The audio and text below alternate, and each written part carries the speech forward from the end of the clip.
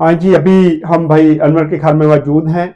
अभी हमने क्रिसमस का केक भी काटा है और अभी बेटी मरियम हमारे साथ है। अभी इनसे बात करेंगे कि जब इनके घर में कैरल आई आज तो इनको कैसा लगा, इन्होंने कैसा मैसेज देना है अपने देखने वालों को। इसके लिए एक मैसेज भी इनसे हम रिकॉर्ड करवाएंगे कि ये क्या कहना चाहती है। जी बेटा। खुदा उनके जिंदा जलाली और अजीम नाम है, आप सबको सलाम। सलाम। हम लोग बहुत खुश हैं कि पार साहब हमारे घर में कैरल लेके आए और अपने कीमती वक्त में से वक्त निकाला हमें दिया कि पार साहब बहुत बिजी हैं, तो खुदा उनको दो ओहदे दिए हैं। हम इसके लिए पार साहब को मुबारक कहते हैं। शुक्रिया।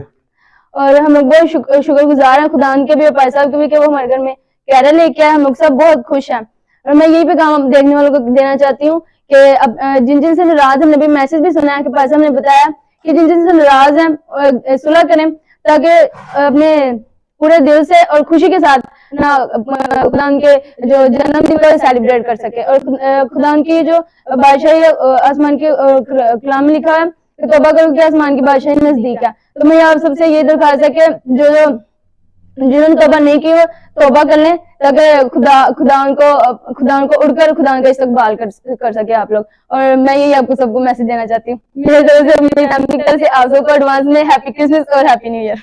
शुक्रिया। बहुत जबरदस्त मैसेज है। बेटी ने कहा कि खुदा की बादशाही वाकई नजदीक है, तो उसके लिए भी हमें तैयारी करने की जरूरत है।